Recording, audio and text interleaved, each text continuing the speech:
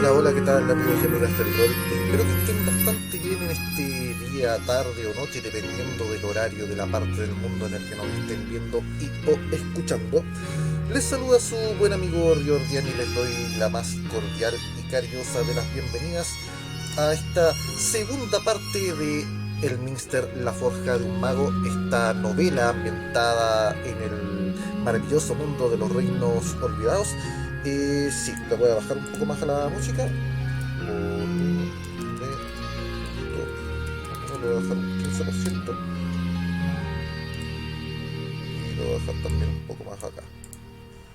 ¿Se escucha bien ahora, Michael? ¿Toby?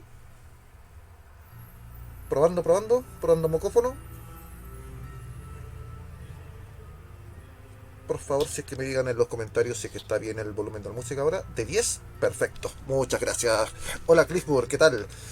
Y Michael 14, el Tobirenma también acá presente.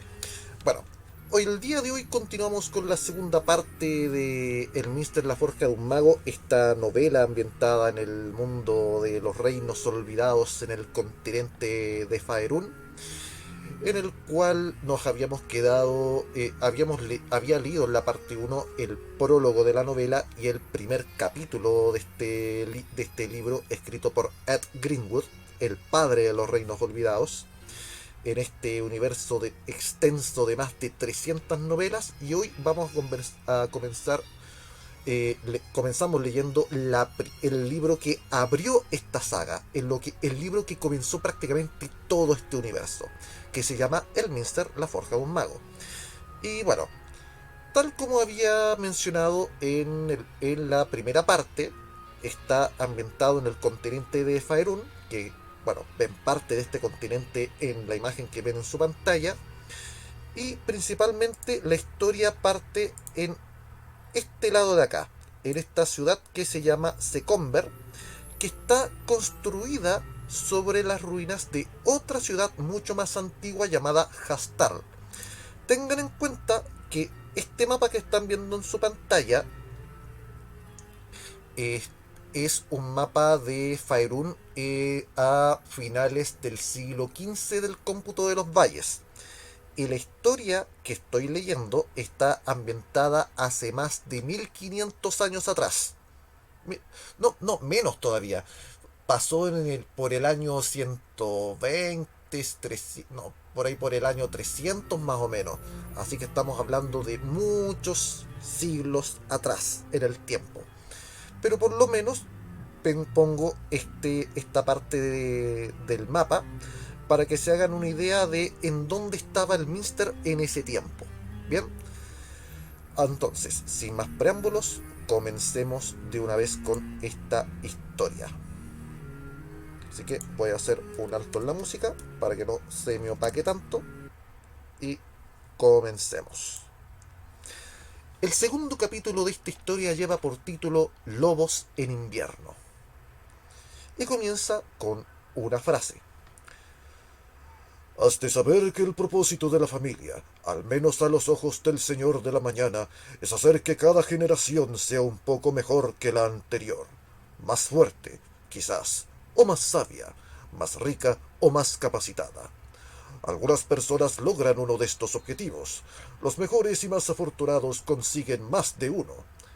Esa es la tarea de los padres. La tarea de un dirigente es construir o conservar un reino que permita a la mayoría de sus súbditos ver en sus afanes y esfuerzos, generación tras generación, algo más que una simple mejora.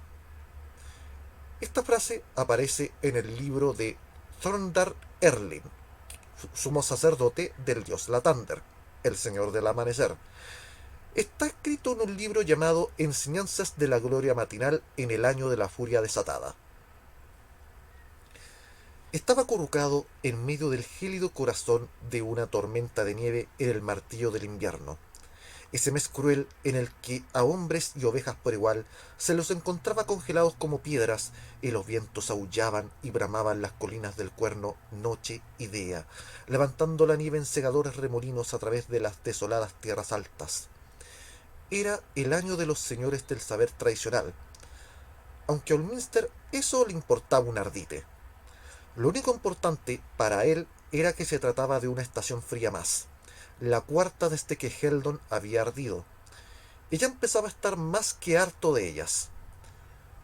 Una mano lo palmeó en el hombro bien abrigado. Respondió del mismo modo.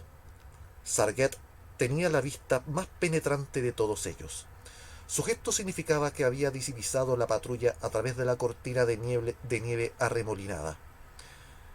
El Minster lo vio llegar al otro lado para pasar la alerta. Los 6 proscritos, envueltos en una capa tras otra de ropas robadas o saqueadas a cadáveres hasta tener el aspecto de los pesados y torpes golems de los cuentos relatados al amor de la lumbre, echaron a andar saliendo del abrigado refugio del banco de nieve, manoseando con torpeza las armas para desenvainarlas con las manos embutidas en gruesos envoltorios de andrajos, y bajaron andando hacia la grieta. El viento los zarandeó con fuerza al llegar al angosto hueco entre las rocas, aullando y levantando remolinos de nieve a su alrededor. Engarl se esforzó para mantenerse de pie mientras el viento zarandeaba la larga lanza que llevaba. Se le había cogido un soldado que ya no la iba a necesitar. Engarl lo había derribado de una pedrada arrojada con gran puntería antes de que las hojas de los árboles empezaran a caer. Los proscritos tomaron posiciones, dejándose caer de rodillas en la nieve y enterrándose en ella. La nieve pasaba en torbellinos a su alrededor, y a medida que se colocaban y se quedaban inmóviles los cubría, escondiéndolos bajo un manto de blancura y convirtiéndolos en meros bultos de nieve amontonada por la tormenta. Que los dioses maldigan a los Perdón, se me está enredando un poco la lengua el día de hoy. Que los dioses maldigan a los hechiceros. La voz, traída por el viento, pareció alarmantemente próxima, y lo mismo ocurrió con la respuesta. No sigas por ahí. Sabes que no conviene decir esas cosas. Tal vez yo lo sepa, pero mis pies helados no. Les gustaría más encontrarse junto a un crepitante fuego en... Todos nuestros pies estarían mucho mejor allí. Y lo estarán, quieran los dioses, muy pronto. Acuchillar proscritos te hará entrar en calor si tu vista es lo bastante penetrante para encontrar alguno. Y ahora cierra la maldita boca. Quizá los dioses tengan otros planes, comentó el Minster calmosamente, sabiendo que el viento se llevaría sus palabras hacia atrás, fuera del alcance del oído de los hombres de armas. Alcanzó a oír una risita como respuesta a su izquierda. Sarget. Un instante más. Entonces oyó una seca pregunta. El ruido de nieve chafada y removida y el fuerte relincho de un caballo sobresaltado. Los hermanos habían atacado. Argel lo hacía primero y después Baerold lanzaría el grito desde atrás si conseguía llegar allí. Lo consiguió, y el grito fue lo más parecido posible al aullido triunfante de un lobo que Baerold fue capaz de hacer. Los caballos recularon, relincharon y corcoviaron en la nieve profunda por todas partes. Tenían a la patrulla encima. El Minster se levantó de la nieve como un fantasma vengador, con la espada ya desenvainada. Quedarse tumbado, inmóvil, podía significar acabar pisoteado y aplastado por los cascos. Atisbó un fugaz destello a través de la remolinada blancura cuando el hombre de armas más próximo sacó su sable de la funda. Un instante después, la lanza de Engarl, bamboleándose torpemente, atravesaba la garganta del soldado. Este hizo un ruido ahogado y soltó una rociada de sangre al tiempo que su caballo empezaba a dar coces. Y después se desplomó, con la cabeza hundida, arrastrando la lanza en su caída. El Minster no perdió más tiempo con el hombre muerto. A su derecha, en la remolinada tormenta, otro soldado espoleaba su montura con la intención de sobrepasarlo por la angosta grieta.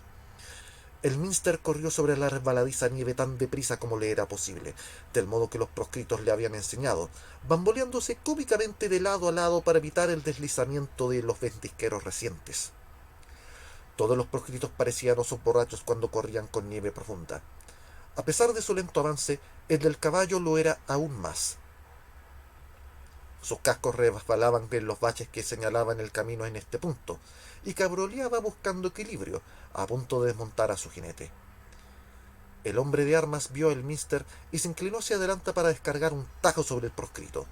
El joven eludió el golpe echándose hacia atrás, dejó que la espada pasara silbando, y luego cargó contra el hombre de costado y le aferró la pierna con una mano mientras que con la otra paraba la siguiente cuchillada con el filo de su propia espada. El hombre de armadura, completamente desequilibrado, bramó con creciente desesperación. Agitó el brazo libre alocadamente en un vano intento de encontrar un agarradero en el aire vacío y se desplomó de la silla pesadamente para aterrizar sobre la nieve a los pies del Minster. El joven entonces hundió su espada en el cuello del hombre mientras la rociada de nieve ocultaba todavía su rostro. Se estremeció al sentirlo sacudirse con un espasmo bajo su acero y después se dejó caer en la nieve otra vez, desmadejado.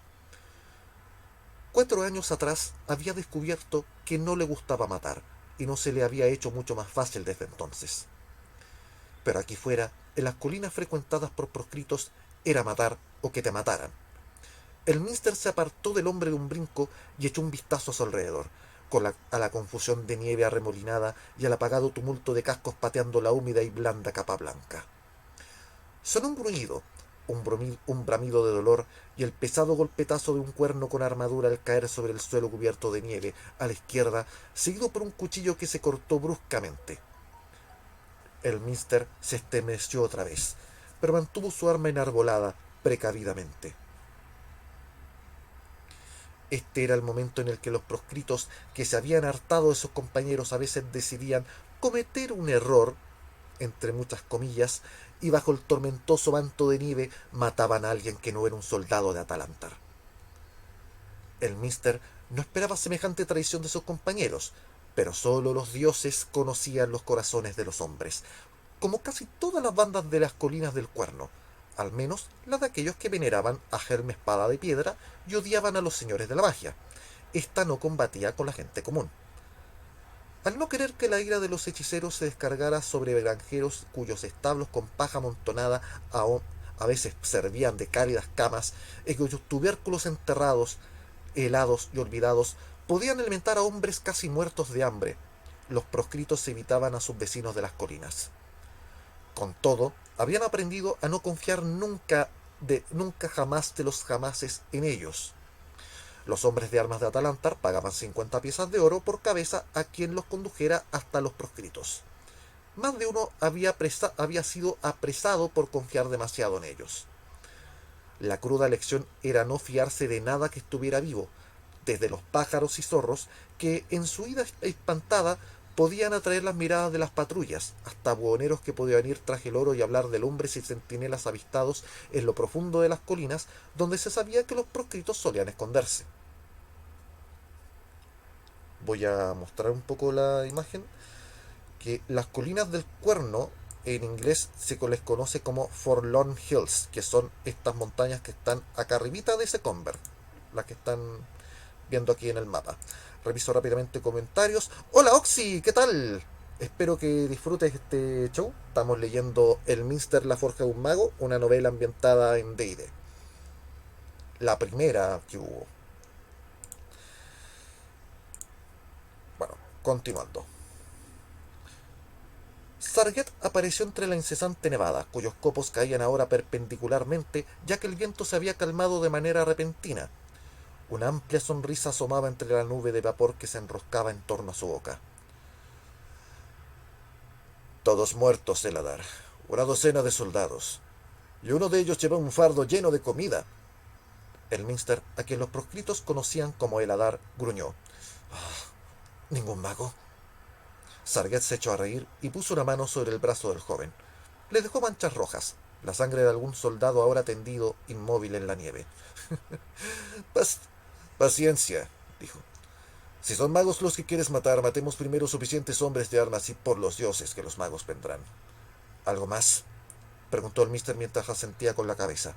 A su alrededor el viento soplaba de nuevo con renovada energía y resultaba difícil ver a través de la nieve que levantaba. Hola, Sisis.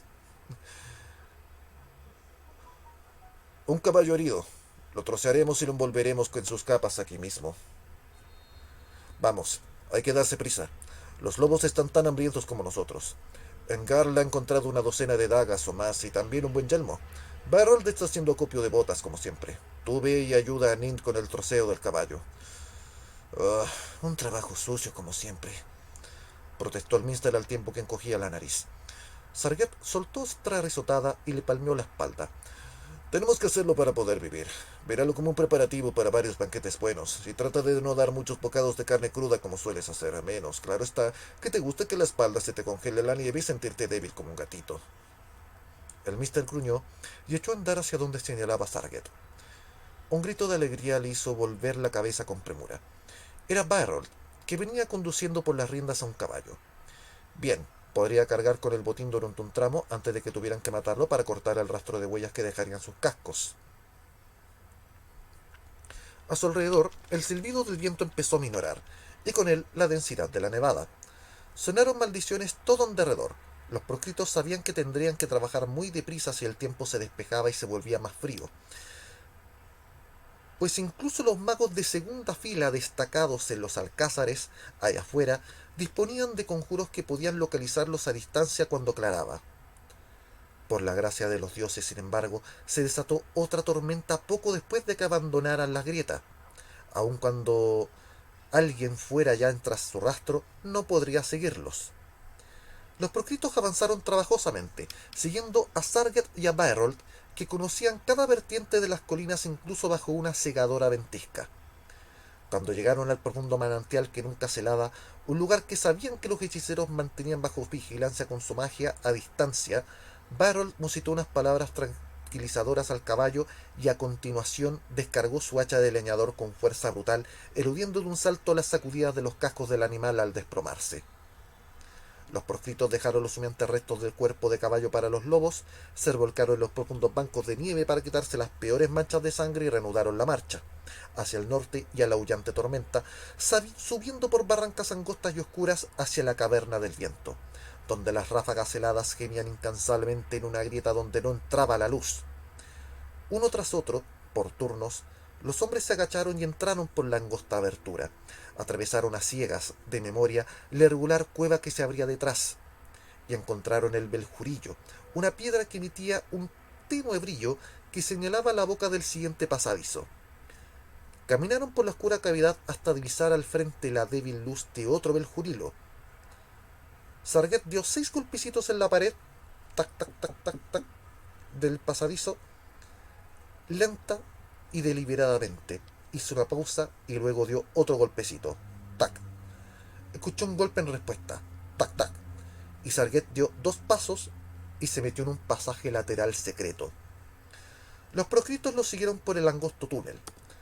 Olía a tierra y a roca húmedas y descendía en una pronunciada cuesta bajo las colinas del Cuerno. La luz se intensificó un poco al frente, una luz tenue del color de la cerveza que emitían unos hongos luminosos que crecían en la caverna. Cuando salieron a ella, Sarget dijo su nombre con voz calma a la oscuridad que había al otro lado, y los hombres que estaban allí bajaron las ballestas apuntadas y contestaron: «Todos de vuelta sanos y salvos. Todos, y con carne para hacer un buen asado», respondió Sarget en tono triunfal. Caballos, soldados troceados», preguntó una segunda voz con amarga sorna. Intercambiaron risotadas antes de continuar descendiendo por otro pasadizo. Cruzaron una caverna donde dagas de piedra sobresalían del suelo y del techo como los helados colmillos de un enorme monstruo y dirigirse hacia un pozo en el que brillaba una fuerte luz roja. Una sólida escalera de mano bajaba por el agujero hacia la gran caverna envuelta perpetuamente en vaho.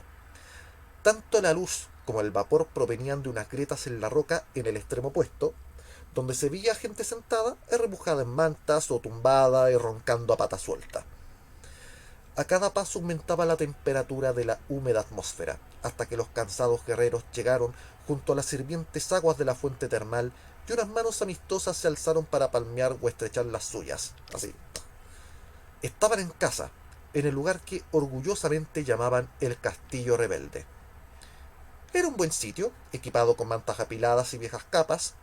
Los enanos se lo habían enseñado a Helm Espada de Piedra mucho tiempo atrás, y de vez en cuando los proscritos encontraban leña, antorchas preparadas o estuches con saetas de punta cuadrada abandonados en los pasadizos laterales más profundos, cercanos a los excusados utilizados por los proscritos. Mauri, una proscrita de edad y llena de arrugas, le había dicho al Minster una vez que nunca habían visto a los enanos. ¿Pero quieren que estemos aquí A la gente fornida le gusta cualquier cosa que debilita a los hechiceros, porque ven su perdición en el creciente poderío de los hombres.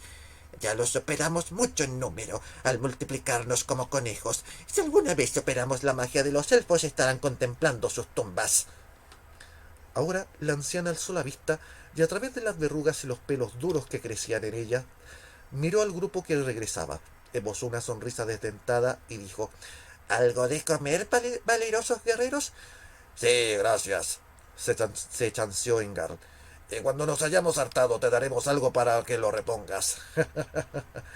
Se echó a reír con su chiste, pero los harapientos proscritos, una docena más o menos que estaban despiertos, se le miraron a resoplar con desdén como respuesta.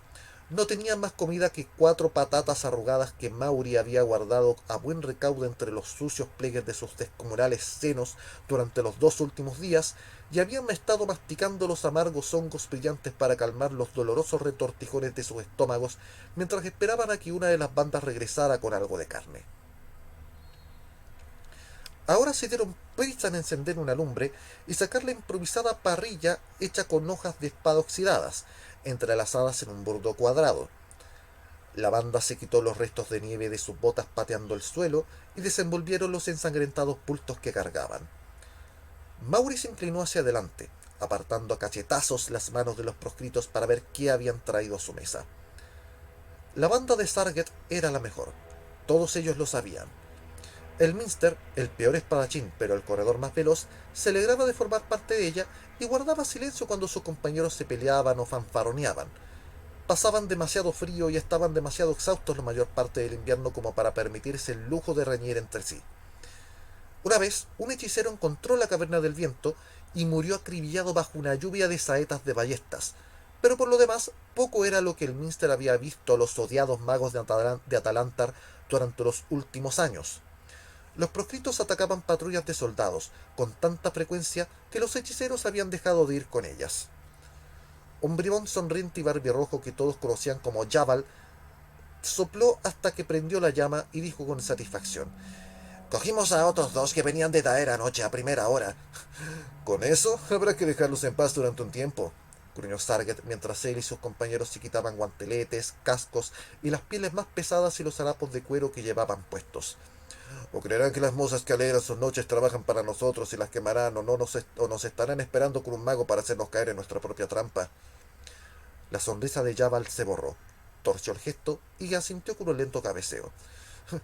Como siempre ves el camino correcto, Sar. Sarget se limitó a gruñir y acercó las manos al creciente calor de la lumbre. Los soldados del cuerno de Heldred, la fortaleza más exterior de Atalantar, habían salido a comprar los favores de las mozas de aldea desde que el alcázar existía. Unos 12 veranos atrás, algunas muchachas habían convertido una vieja granja en una casa de placer y además vendían a sus clientes vino de flores silvestres. Los proscritos habían matado no pocos soldados cuando estos regresaban a la fortaleza borrachos y solos. Sí, será mejor que dejemos a esos perdularios en paz durante un tiempo y volvamos a echarles el guante en primavera. Reviso comentarios. Hongos luminosos, me sirve. Ojo, ojo. Continuamos.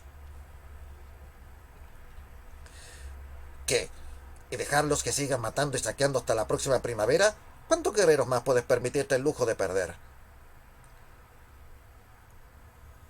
La voz del mago era fría, más fría que las gélidas almenas en las que se encontraban, oteando el panorama más allá de las aguas cubiertas con una capa de hielo de la corriente del unicornio.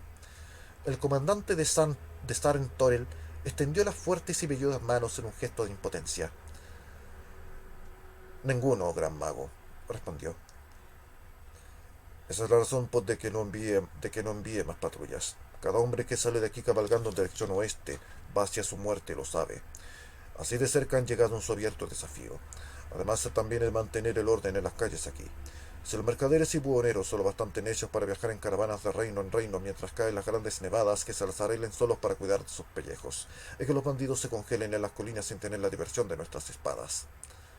La mirada que le dirigió el mago fue incluso más fría de lo que había sido su voz. El comandante se acobardó y tuvo que agarrarse con firmeza al merlón de piedra que tenía delante para no retroceder y poner de manifiesto su temor. Bajó la vista al musgo helado que crecía entre las grietas e irregularidades de la piedra y deseó encontrarse en cualquier parte, en algún sitio más caliente, donde nunca se hubiera oído hablar de hechiceros. No recuerdo que el rey pidiera tu opinión respecto a tus obligaciones, aunque no me cabe ninguna duda que le interesaría mucho descubrir cuán creativamente difiere de la suya. El mago hablaba ahora con una voz sedosa. El comandante se obligó a mirar a los oscuros ojos que chispeaban con un brillo malicioso. Entonces, ¿queréis, señor mago? Preguntó poniendo en la palabra el suficiente énfasis para que el hechicero se diera cuenta de que el comandante consideraba al rey un guerrero mucho más experimentado que todos sus jactanciosos señores de la magia y que, por ende, no tendría el mismo punto de vista sobre la prudencia de su oficial. ¿Que envíe más hombres a patrullar por el cuerno? El brujo vaciló y luego, con la misma suavidad anterior, repuso: «Dime lo que desearías hacer tú, comandante. Quizá podamos llegar a un acuerdo». El oficial hizo una profunda inhalación y sostuvo con firmeza la mirada a aquellos mortíferos ojos. Bueno, estaba pensando en enviar a las colinas del Cuerno un trineo lleno de magos, o incluso de aprendices, siempre y cuando los dirija un mago con experiencia. 20 soldados, el número máximo de hombres que me arriesgaría a prescindir, cabalgarían con ellos hasta el Cuerno y, una vez allí, quisieran con su magia lo necesario para dar caza y destruir a esos malditos proscritos. Se miraron fijamente unos largos y escalofriantes instantes, y después, lentamente, el señor de la magia, Cadel, Estrella de Olot, sonrió, levemente, aunque el comandante se había preguntado si el brujo sabía cómo hacerlo. Un sólido plan, indudablemente, comandante. Sabía que podíamos llegar a algún acuerdo el día de hoy.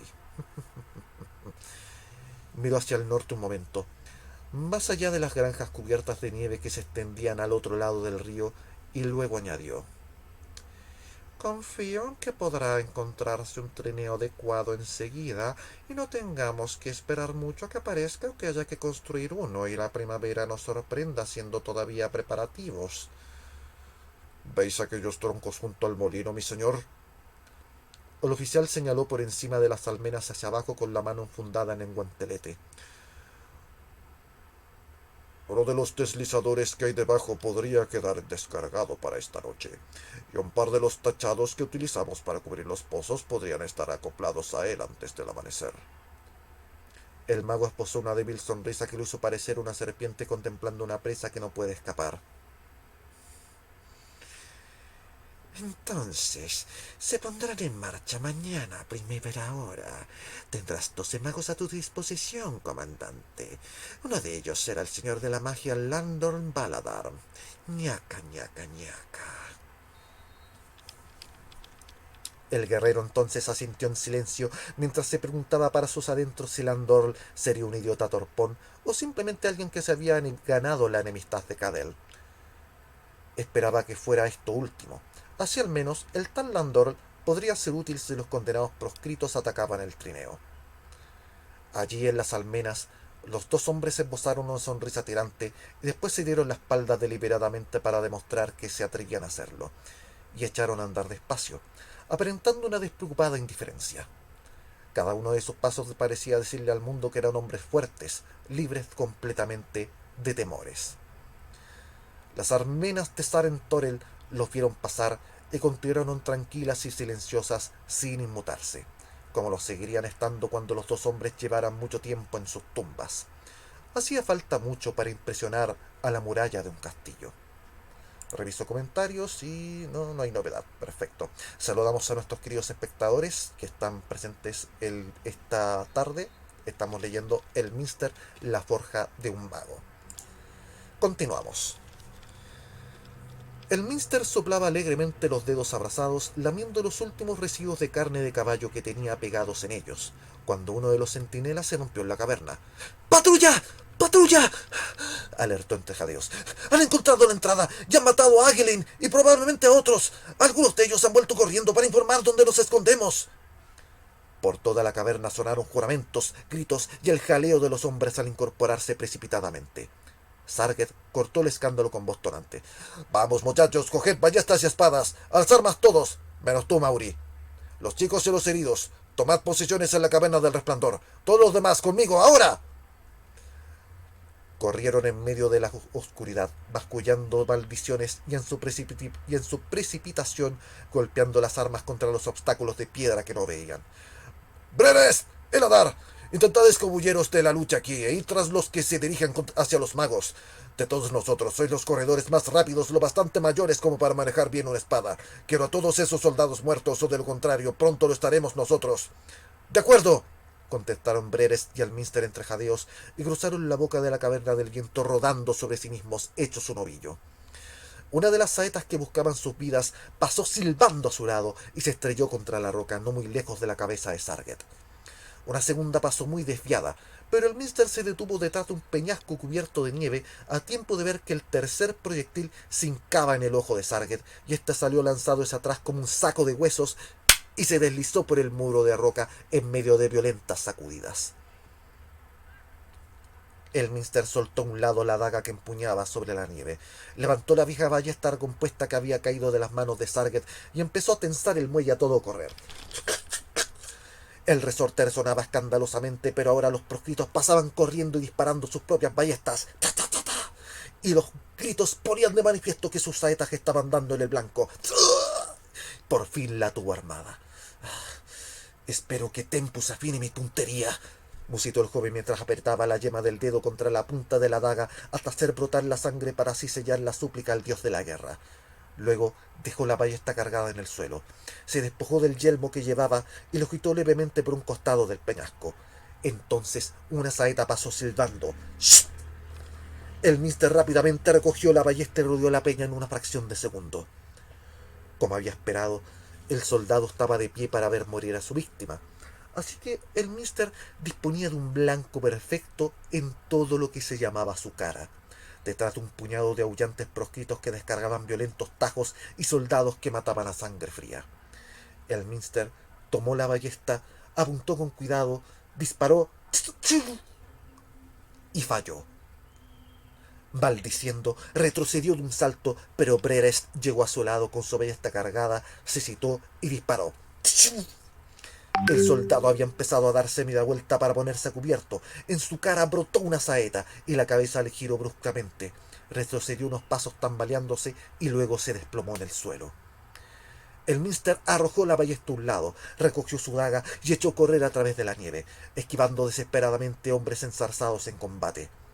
Se encontraba todavía a varias zancadas de la primera piedra, lo bastante grande como para refugiarse en ella, cuando un soldado asomó por detrás de la segunda roca con la ballesta prestada en la mano para apuntar hacia la refriega sostenida ante la boca de la cueva. Al ver al Minster, giró el arma apresuradamente. Era totalmente imposible que fallara el tiro. El joven entonces clavó los talones en un intento desesperado de frenar su carrera, luego cambió de dirección y se zambulló de cabeza en el banco de nieve más próximo.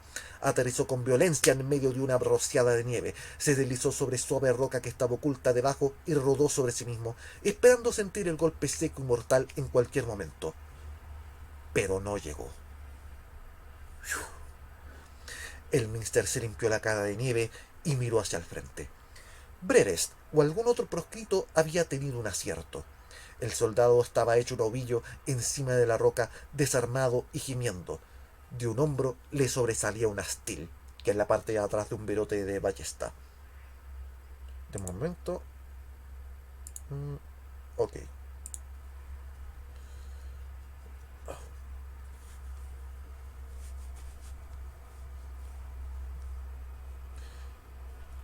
Gracias, Tempus, dijo el joven con fervor. Se dio un pulso con dos rápidas zancadas y se arrojó por encima de la primera roca con los pies por delante para estrellarlos contra quienquiera que estuviera allí.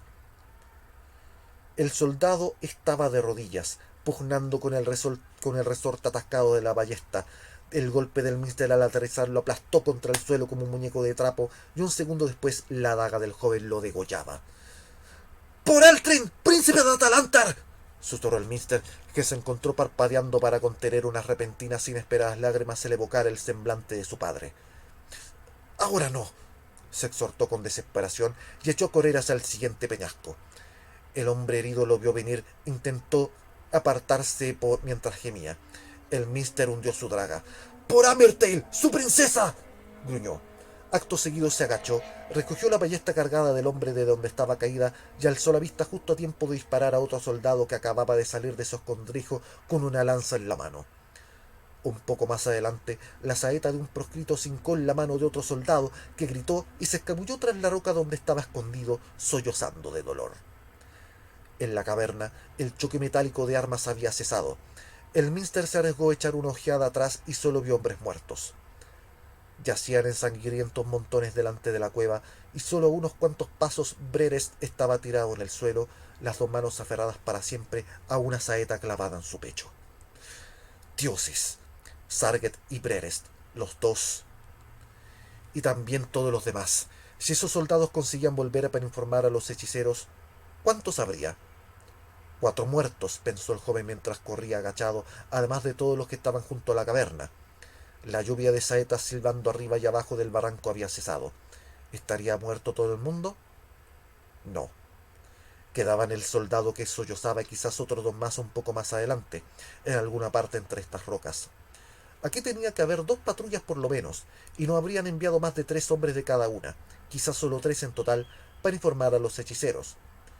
Para que hubiera la menor esperanza de que pudiera alcanzarlos, tendría que encontrar los caballos en los que estos habían venido y, por supuesto, algunos de los soldados que faltaban, 2 como mínimo, estarían guardando los caballos mucho más abajo.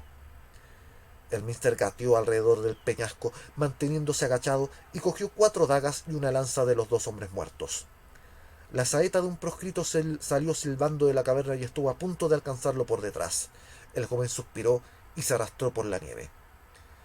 Casi había llegado al soldado que sollozaba cuando otro salió de detrás de una roca para apuntar cuidadosamente a la boca de la caverna. El Mister alzó la lanza y la arrojó antes de que el hombre se fijara en él. El soldado no tuvo tiempo de apuntar otro blanco. La ballesta disparó una saeta que se perdió, inofensiva, barranco abajo, al tiempo que la lanza se clavaba en su pecho, apartándolo de la roca, impulsándolo hacia atrás. Cayó de espaldas en la nieve, con el cuerpo arqueado y retorciéndose de dolor. El Mister saltó sobre el ensangrentado pecho del soldado y lo apuñaló con su daga. ¡Por Eltrin, príncipe de Atalantar!, gruñó mientras le daba muerte, y en el rostro del guerrero que estaba bajo sus rodillas asomó una expresión perpleja antes de que la luz se apagara en sus ojos. Acto seguido, el Mister rodó sobre sí mismo hacia un lado. Desde ambos lados del barranco, saetas y lanzas surcaron el aire por encima del guerrero muerto sobre el que estaba de rodillas un instante antes. Gateando con precipitación por la nieve, el Mister acabó con el hombre que seguía sujetándose la mano ensangrentada. ¡Por mi madre, Amertail! Jadeante, cogió la ballesta del hombre y se agachó detrás de una roca para recuperar el aliento y aprestar el arma. Para entonces sus botas estaban repletas de las dagas que había ido recogiendo y la ballesta no tardó en estar preparada.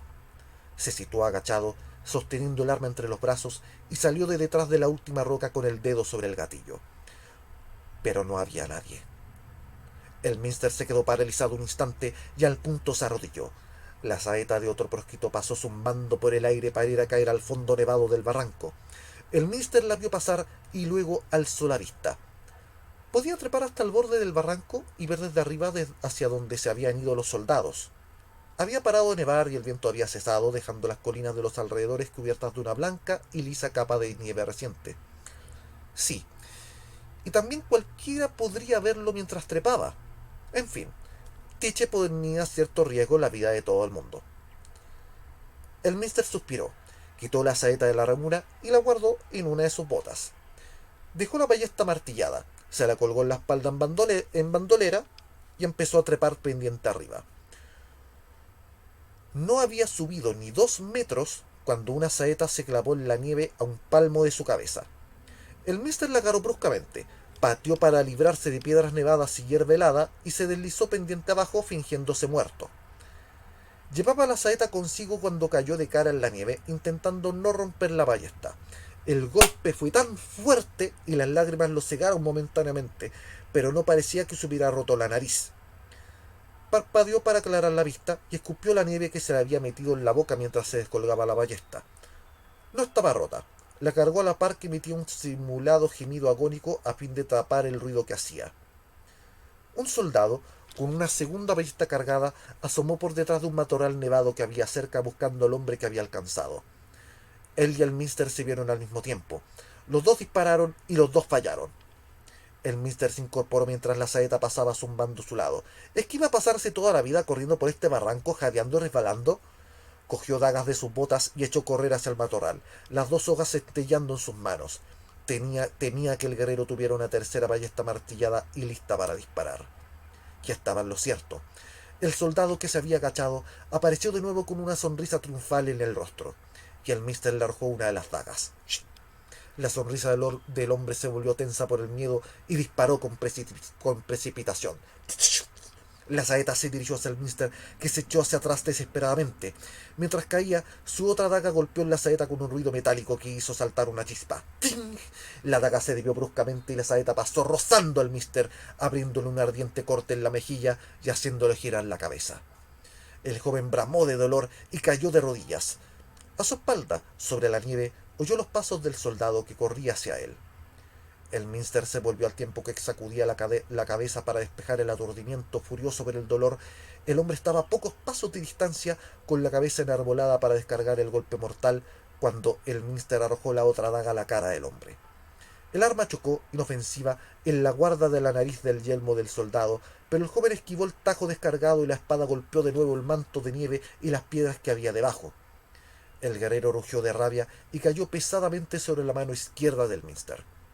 El joven gritó: ¡Dioses! ¡Qué dolor! El hombre rodó sobre sí mismo, pateando la nieve para encontrar un punto sólido donde firmar los pies.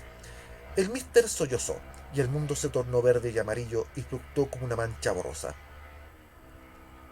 Tanteó su cinturón con la otra mano, y no había nada allí. El hombre gruñó. El Mister notó el aliento ardiente del soldado cuando se volvió hacia él, a punto de descargar un golpe con su espada. Su peso hizo que el bulto escondido de la espada del león en su correa se hincara dolorosamente en el pecho del Mister. Desesperado, el joven rasgó el cuello de la zamarra. Sus dedos encontraron la empuñadura de la espada. Durante las largas noches del primer invierno en las colinas, había afilado el fragmento de la hoja rota hasta ajustar los bordes de manera que terminaban en punta. Pero a partir de los resaltes laterales, la hoja ni siquiera tenía la longitud de su mano. Su reducido tamaño fue lo que lo salvó ahora. Mientras el soldado, cuyo rostro estaba a menos de un palmo del suyo, levantaba el brazo para descargar un tajo que le abriría en canal, el Mister hundió la espada del león en uno de sus ojos. ¡Por Eltrin, príncipe de Atalantar! Sisió, y al mismo tiempo que un borbotón de sangre caliente de lo salpicaba, sintió que se hundía en una oscuridad cálida y rojiza. Flotaba en algún sitio oscuro y silencioso. Luego, unos susurros sonaron a su alrededor, medio ahogados por un golpeteo sordo, lento y acompasado. El Mister sintió el dolor de su mano, un dolor que se repitió como un eco todo en derredor. ¿En su cabeza? Sí, y el pulgor blanco surgía ahora, pulsante, creciente, el que había cuando se concentraba. El pulgor aumentó y el dolor se redujo. Ah, sí, el Minster empujó con su mente y el resplandor blanco se atenuó. Se sentía un poco cansado, pero el dolor había disminuido. Volvió a empujar y de nuevo se sintió más débil, pero el dolor casi había remitido. Así pues, podía apartar el dolor. ¿Realmente sería capaz de curarse? El Mister doblegó su voluntad y de repente todos los dolores volvieron, y pudo sentir el frío y duro suelo bajo sus hombros, y la humedad pegajosa del sudor por todo el cuerpo. Desde el lugar de los susurros, nadó hacia arriba, y arriba, y emergió en la luz. El cielo estaba despejado y azul en lo alto. El Mister se encontraba tumbado boca arriba en las rocas nevadas, entumecido, helado y dolorido. Con precaución, rodó hacia un lado y miró hacia su alrededor. No se veía a nadie, y tampoco el menor movimiento. Estupendo, porque la cabeza le daba vueltas y le palpitaba y tuvo que tumbarse de nuevo para recobrar el aliento. La oscuridad se cernió otra vez sobre él, reclamándolo, y era muy acogedora. Y la cabeza le pesaba tanto. Reviso comentarios, me dice... tú no, Mauri, jaja. No, Stargate y caerita desesperado del Oxy. Continuando. Me pico un poco la cabeza. Voy a dejar esto para atrás, que ando un poquito chascón. Ahí sí. Un poco más tarde, rodó sobre sí mismo. Unos buitres de las nieves aleteaban pesadamente en el aire, volando en círculos sobre el barranco y lanzando gritos de protesta contra él. El último soldado con el que había luchado yacía muerto a su lado, con la espada del león hincada en la cara. El Mister hizo una mueca al verlo, pero cerró su mano sobre la empuñadura, volvió la cabeza hacia un lado y la liberó de un tirón. Mientras la limpiaban la nieve, escudriñó el cielo progresivamente oscuro, ahora gris acerado con las últimas luces del día que declinaba tras densas nubes, y se puso de pie. Tenía una tarea que acabar si quería seguir vivo. Se sentía débil y un poco aturdido. Barranco abajo, en el espacio abierto que había frente a la caverna del viento, 8 soldados o más y por lo menos el doble de proscritos yacían muertos, con saetas clavadas en la mayoría de los cuerpos inmóviles. Los buitres volaban en círculo por encima y los lobos no tardarían en aparecer. Con suerte encontrarían suficiente alimento aquí fuera sin tener que entrar en las cuevas, donde los débiles montarían guardia hasta que los soldados vinieran para hacerlos pedazos. Tendría que matar más soldados para evitar que ocurriera eso, y ya estaba harto de matar. El Mister esbozó una débil sonrisa mientras bajaba por el barranco, evitando mirar los cuerpos despatarrados de los muertos junto a los que pasaba. Valiente guerrero proscrito estaba hecho. En la boca del barranco había una amplia zona pisoteada en la que se entrecruzaban huellas de ida y venida de caballos. Los soldados debían de haber dado por muertos a sus compañeros. Los hombros del Minster se hundieron. No podría alcanzar a los caballos en una nieve tan profunda. Él y los otros supervivientes estaban condenados, a menos que hiciera acopio de cuantas ballestas y espadas pudiera. Las llevara a los restantes proscritos que aguardaban en la oscuridad, hicieran de las cuevas una trampa mortal para los soldados. Aún así, algunos sobrevivirían para identificar el escondite en posteriores incursiones, y además cabía la posibilidad de que iniciaran el ataque arrojando un conjuro de fuego dentro de las cuevas, así que descartó la idea. No. El Mister se sentó pesadamente en una roca para pensar. El que se agachara tan inesperadamente le salvó la vida. La saeta de una ballesta zumbó justo por encima de su cabeza y se perdió en un banco de nieve próximo. El príncipe más joven de Atalantar, quizás el último príncipe de Atalantar, se zambulló de cabeza en la nieve precipitadamente y gateó sobre la fría superficie hasta situarse detrás de la piedra, acurrucado. Se asomó para atisbar en la dirección que había venido el proyectil. Como era de esperar, en lo alto del risco desde donde se dominaba el barranco había un soldado. Habían dejado a uno de los suyos para cazar a los proscritos en su madriguera o para arrastrarlos si la abandonaban en masa. Claro, por eso había tantos rebeldes muertos con saetas clavadas. El Minster suspiró. Buen guerrero experto en bosques estaba hecho, ¿eh? En fin, el caballo de estos soldados tenía que estar en algún punto por debajo de su posición al otro lado del risco. Si pudiera apoderarse de él y galopar fuera del alcance de la ballesta a tiempo... Sí, claro, y también las ranas podían volar. El Mister frunció el ceño e intentó recordar dónde habían quedado tiradas las ballestas. El último soldado, el que casi había acabado con él... Sí, ese había disparado 3 ballestas y después las había dejado caer en el matorral que estaba allá atrás. El joven inhaló hondo una vez y después empezó a arrastrarse sobre el vientre por la nieve. Una saeta pasó silbando a su lado, pero muy, muy cerca, pero con un poco de suerte, el soldado no tendría tiempo de hacer un segundo disparo. Te pusiste, Chae. Ayúdame, porque creo que me hace falta que los dos me echéis una mano, musitó el Mister mientras se apresuraba sobre el helado polvo de nieve.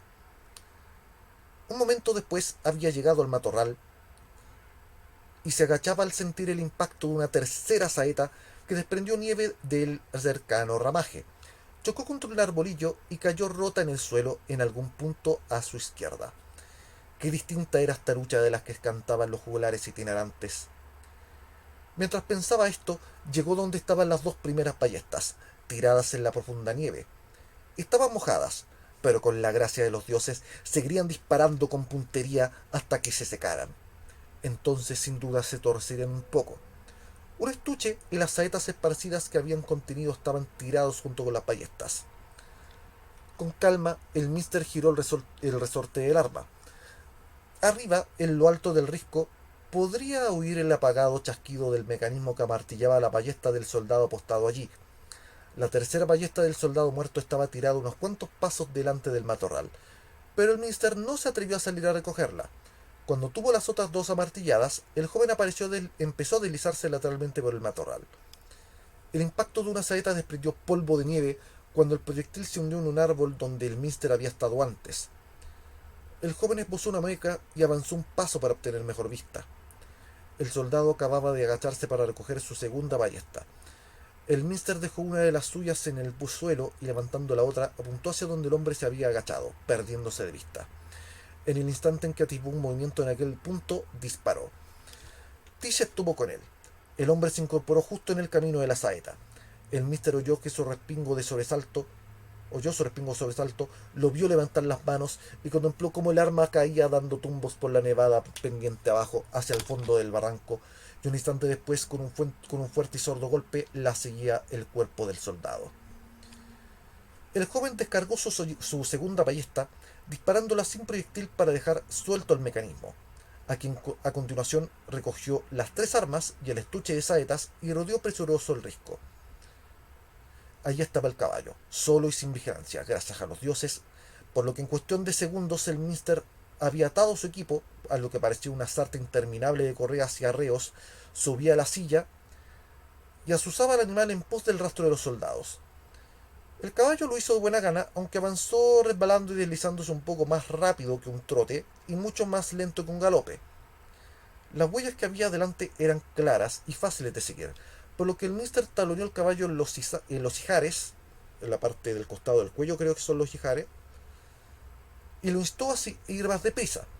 Tenía que llegar al cuerno de Heldred antes de que algún hechicero lo localizara con alguna clase de hechizo visualizador o y lo matara a distancia. Poco después cabalgaba a buen paso, con las ballestas brincando dolorosamente contra su espalda y el vaho de su aliento perdiéndose tras él en la atmósfera cada vez más oscura. La noche se acercaba con rapidez sobre las colinas. Tenía que triunfar. Las vidas de los proscritos atrapados en el castillo rebelde dependían de ello. Mientras cabalgaba, un súbito recuerdo lo hizo sonreír. Las concienzudas disertaciones de su padre acerca del deber que cada hombre y mujer del reino, desde el rey al granjero. El Minster había encontrado lógico que el tren hiciera más hincapié en los deberes de un rey y un príncipe en los de un granjero o un molinero, pero es que, ya que eran tareas mucho más importantes. El poder mucho mayor, las responsabilidades más onerosas que las demás. Ni por un momento había sospechado que él era un príncipe o que lo sería cuando el tren muriera. Recordaba con toda seguridad las palabras de su padre. El primer deber de un rey es para sus súbditos. Sus vidas están en sus manos y todos sus actos están perdidos si él descuida sus deberes o gobierna con ánimo caprichoso e intransigente. Se le debe obediencia, sí, pero él debe ganarse la lealtad. Algunos reyes nunca aprenden esto. ¿Y qué es un príncipe sin un muchacho voluntarioso aprendiendo a ser rey? Sí, padre. ¿Qué es si no? Preguntó el Minster al viento que pasaba a su lado mientras cabalgaba a todo galope hacia el cuerno. Y mientras tanto, el viento no se dignó responder. Bueno, muchachos, amigos y amigas del rol, con esto terminaremos el segundo capítulo de El Minster La Forja de un Mago, que espero que haya sido de su completo agrado. Me está agradando cada vez más esta historia, ya la había leído antes, pero personalmente y hasta la mitad no lo completé, porque quería hacerlo en vivo para ustedes, así que cuando ya llegue a la mitad, ahí voy a decir que yo llegué hasta esta parte y de ahí en adelante voy a estar, al igual que ustedes, con las expectativas bien altas, tratando de averiguar qué es lo que pasa. Bueno, chicos, igual fue un stream cortito de casi una hora, pero lo vamos a dejar hasta acá. Ya la próxima semana, misma hora, mismo canal, les traigo el tercer capítulo de El Minster La Forja de un Mago, que se viene bastante bueno, amigos y amigas míos. Así que bueno, no voy a hacer raid del día de hoy, como que igual por la hora no vale la pena y no veo ninguno de mis conocidos conectado para hacerle una raidcita. Así que nos vemos entonces el día de mañana en el canal de Ampersand Studio. Tenemos la collab de Satélites Distantes con el buen Hank y el buen y el buen Aviquero Master. Y Tomate Rolero también ahí presente. Así que creo que la hora de esa partida es como a las 6 de la tarde, hora de Chile, si mal no recuerdo. Así que nos estamos viendo mañana a esa hora. Así que, gente, mucho, como siempre, muchos 20 naturales para todos y que los dados sigan rodando. Hasta la próxima.